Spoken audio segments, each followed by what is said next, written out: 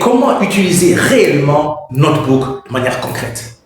Lors de l'une de mes vidéos précédentes, vous avez eu le plaisir et l'immense bonheur de découvrir Notebook LM ainsi que ses fonctionnalités révolutionnaires. Mais savez-vous réellement comment ça fonctionne? Alors, ceci est pour vous si ce n'est pas le cas. Restez connectés pour l'instant labo tout de suite afin de vous montrer exactement comment tout ça marche. Je suis Abraham Sadio, ingénieur en génie informatique, certifié en IA par Google et IBM et enseignant depuis plus de 20 ans. Place maintenant à l'instant tuto où je vais vous faire découvrir l'interface graphique de cette magnifique intelligence artificielle qu'est Notebook LM que je vous ai fait découvrir lors de mes 2 précédentes vidéos. Vous avez en face de vous l'interface de Notebook LM, cette IA révolutionnaire pour étudiants mais également pour professeurs. Pour y accéder, vous devez juste taper une URL notebooklm.google.com au niveau de la barre des URL que vous voyez ici.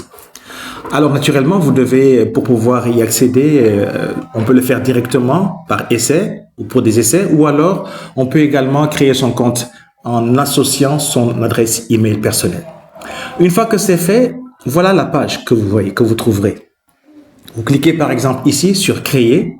En cliquant sur ce bouton créer, automatiquement, vous avez accès à cette interface, qui est l'interface d'utilisation par défaut de Notebook LM.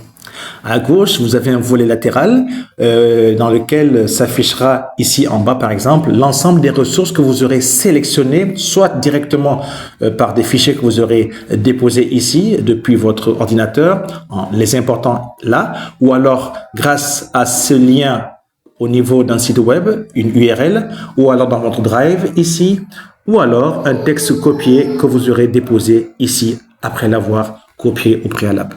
Alors, ici à droite, vous avez un volet latéral qui vous permet d'activer des fonctionnalités qu'on va découvrir tout à l'heure.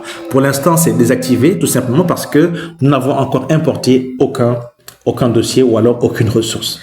Pour ce faire, nous allons cliquer ici sur Ajouter des sources. En cliquant sur Ajouter des sources ici, nous avons automatiquement 2 possibilités.